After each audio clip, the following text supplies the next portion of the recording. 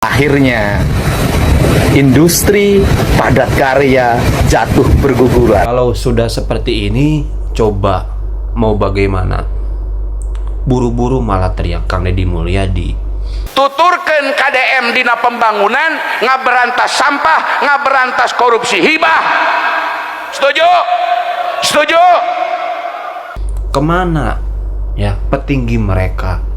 Kemana si Iqbal Said ini berada?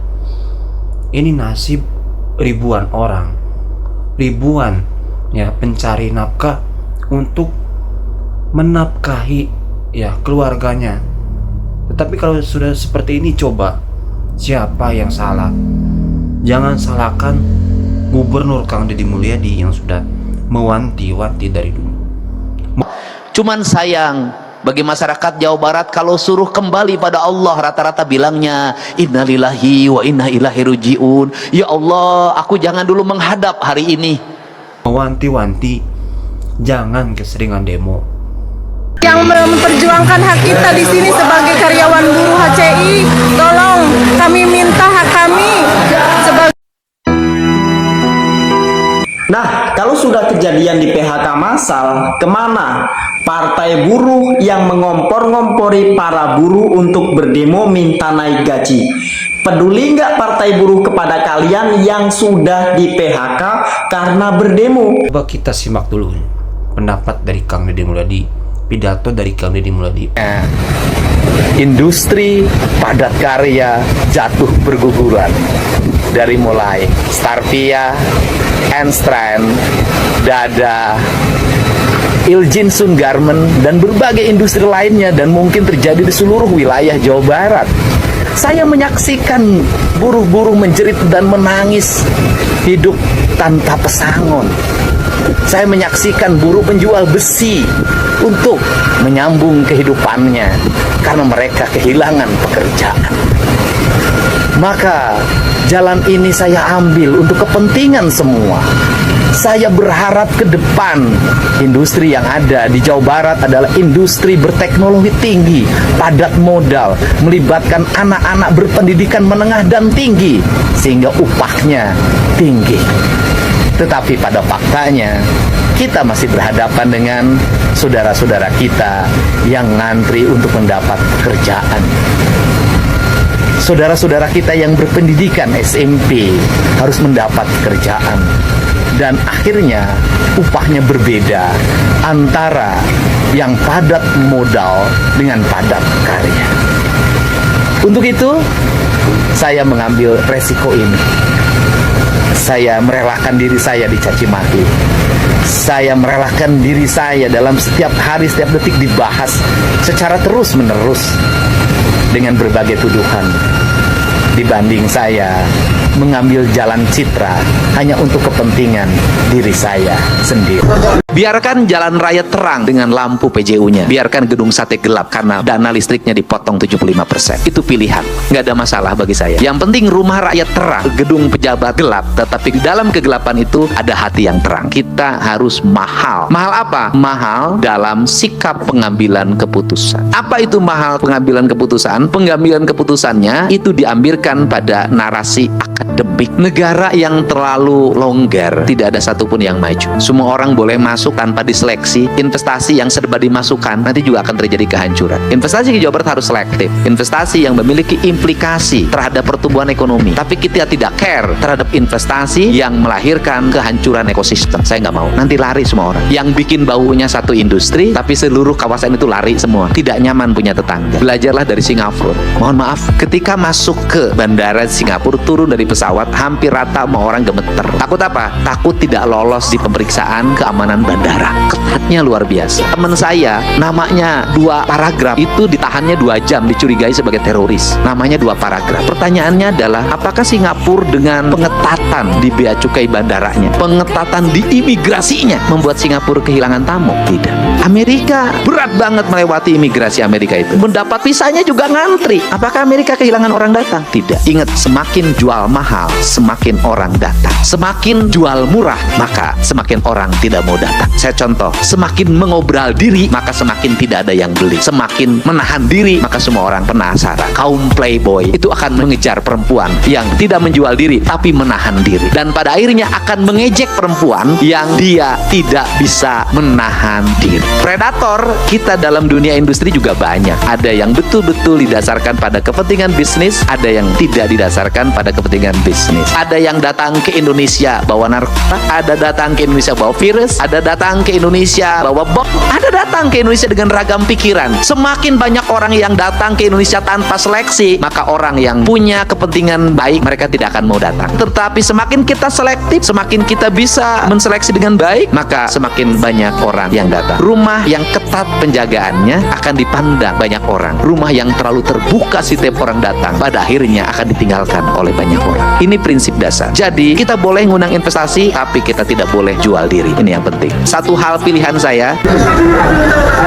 Wakil Ketua DPR RI Sufmi Dasko Ahmad dan Saan Mustafa bersama Presiden KSPSI Andi Gani Nenawea mendatangi salah satu pabrik ban di Jalan Jenderal Urip Sumoharjo, Cikarang Timur, Kabupaten Bekasi.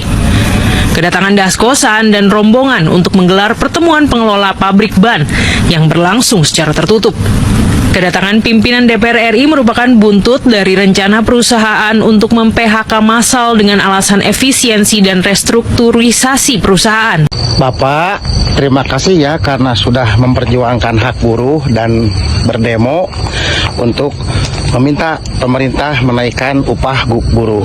Cuma mohon maaf Bapak, kalau boleh Mama ngasih masukan, ya kalau demo aja dan sampaikan aspirasi Bapak dan teman-teman secara baik-baik, secara konstitusi, karena apa yang Bapak sampaikan itu adalah juga dilindungi oleh undang-undang. Betul Pak. Terus Bapak juga jangan pernah cuma hadir pas tatkala demo permintaan naik gaji doang Bapak. Bapak juga kalau menurut Mamang juga harus hadir tatkala ribuan bahkan puluhan ribu buruh di PHK oleh perusahaannya. Jadi pas demo Bapak menyuarakan suara buruh, tapi pas seolah-olah bahwa PHK tersebut adalah salah atau tanggung jawab pemerintah saja, dan Bapak harusnya juga hadir di sana. Jangan pernah hilang ya Pak ya pas ada buruh yang kena PHK. Dan Bapak juga pernah jadi tim sesnya Anies kan, nggak apa-apa itu hak politik Bapak. Cuman pastikan bahwa Bapak bersuara benar murni atas nama buruh, jangan atas nama politik Bapak pribadi ya. Terus untuk berdemo juga kalau bisa Bapak nggak usah nantang orang, nantang KDM, nantang apa, nggak usah. Sampaikan saja aspirasinya, sampaikan saja yang ingin Bapak sampaikan tanpa harus menantang orang, karena Bapak itu adalah orang tua, Bapak itu berpendidikan, dan Bapak ini adalah seorang presiden partai buruh. Jadi jangan sampai statement Bapak justru menenggelamkan partai Bapak ya. Jadi tolong demo mah tetap demo, silahkan sampaikan aspirasinya, tapi tetap menjaga, jangan sambil merusak juga ya, karena apa yang Bapak rusak setiap demo itu adalah dari uang masyarakat juga ya. Terima kasih Pak. Maka orang Sunda meletakkan di atasnya menara disebutnya, yaitu yang menjadi penghubung antara bumi dan langit. Dan yang menjadi penghubungnya adalah suara azan untuk mengingatkan orang agar dia kembali pada Allah. Cuman sayang, bagi masyarakat Jawa Barat kalau suruh kembali pada Allah rata-rata bilangnya innalillahi wa inna ilaihi rajiun. Ya Allah, aku jangan dulu menghadap hari ini. Dan dianggapnya orang yang menghadap Allah itu adalah orang yang mati. Padahal orang yang menghadap Allah itu adalah orang yang hidup. Dan orang yang tidak menghadap Allah adalah orang-orang yang mati. Sesungguhnya panggilan azan itu adalah panggilan untuk orang agar kematian berubah jadi kehidupan. Mati telinganya, mati tangannya, mati hidungnya, mati matanya, mati lidahnya, mati hatinya. Maka suara azan itu mengingatkan dia untuk segera kembali hidup, agar telinganya hidup, matanya hidup, hidungnya hidup, lidahnya hidup, dan kematian matinya hidup. Kata orang Sunda itu, jaga panon ku awasna, jaga celi ku danguna, jaga irung ku angsena, jaga letah ku ucapna, jaga hate ku ikhlasna. Maka masjid itu sesungguhnya merupakan sumber dari kehidupan dan tempat untuk menghidupkan orang-orang yang mati. Maka orang-orang yang bersujud adalah orang-orang yang hidup. Orang-orang yang tidak pernah bersujud itu adalah orang-orang yang mati. Assalamualaikum, Sampurasun. Ini nanggapi Presiden buruh nih, Said Iqbal, ya, dengan oratornya yang begubu-gubu, ya, walaupun orator pesanan, ya, nantang-nantang 8 juta pendukung KDM, sementara dia aja ngumpet, ya, pakai nyali patungan, ngumpet di bawah ketiak para buruh. Gak malu lo bilang orang bayaran sementara lu yang udah terbiasa dibayar. Kocak tuh. Gimana, apa kabar Anies? Nyungsep, ya, yang kemarin lu dukung Nyungsep, terus sekarang lu mau ngegempur juga KDM gitu karena elektabilitasnya jauh, ya. KDM jangan coba-coba adu nyali dengan orang miskin. KDM jangan coba-coba adu nyali dengan buruh orang yang terpuruk. Itu 8 juta pengikutnya boleh bertemu dengan kita di sini. Gak usah main sosmed ngancem-ngancem. Itu orang yang udah dibayar. Jadi tuduhan orang yang udah terbiasa dibayar ya kayak gitu. Tuduh orang lain ya bayaran. Ya, sementara itu gerakan masyarakat yang cerdas, ya, dan banyak lagi yang masih nganggur di Jawa Barat ini, ya. Jadi kalau misalkan udah pada bosen, ya, nggak mau bersyukur, ya udah selesai di PHK aja sekalian semua tuh kayak ini nih. Kedatangan pimpinan DPR RI merupakan buntut dari rencana perusahaan untuk mem-PHK massal dengan alasan efisiensi dan restrukturisasi perusahaan. Jadi buat Wakil Ketua DPR RI Pak Sufmi Dasko ini gak usah capek-capek Pak ngebela orang-orang yang gak mau bersyukur Pak. Ya udah bikin chaos aja, demo-demo merusak fasilitas negara. Udah urusin lo sekarang Bapak, yang Bapak urusin itu yang nganggur-nganggur tuh masih banyak lagi tuh di Jawa Barat. Kasihan mereka, lebih kasihan mereka tuh yang udah nganggur lama, nggak punya kesempatan buat kerja. Itu yang Bapak urusin. Kalau buat yang di PHK itu tanggung jawabnya si Said Iqbal, itu Presiden buruh. Urusin tuh. Ini pesan, ya, untuk perusahaan-perusahaan, para investor di Jawa Barat.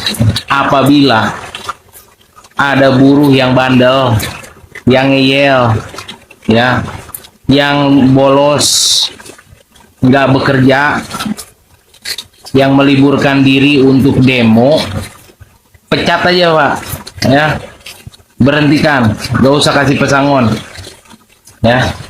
Nanti kalau nuntut sama perusahaan, suruh, ya, minta kerjaan sama si bewok uban, ya, yang main presiden-presidenan. Kalau minta pesangon sama si bewok uban, ya. Kan Anda lebih nurut sama bewok uban. Sono minta kerjaan sama bewok uban.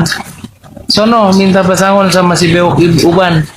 Jangan nuntut sama perusahaan. Gituin aja Pak, ya. Tenang Pak, pekerja masih banyak yang antri untuk bekerja di perusahaan-perusahaan Bapak, ya. Itu aja pesan dari Kang Telor. Mudah-mudahan Jawa Barat istimewa meroket, ya. Bersihkan orang-orang yang mencoba untuk menjadi provokator di Jawa Barat, ya.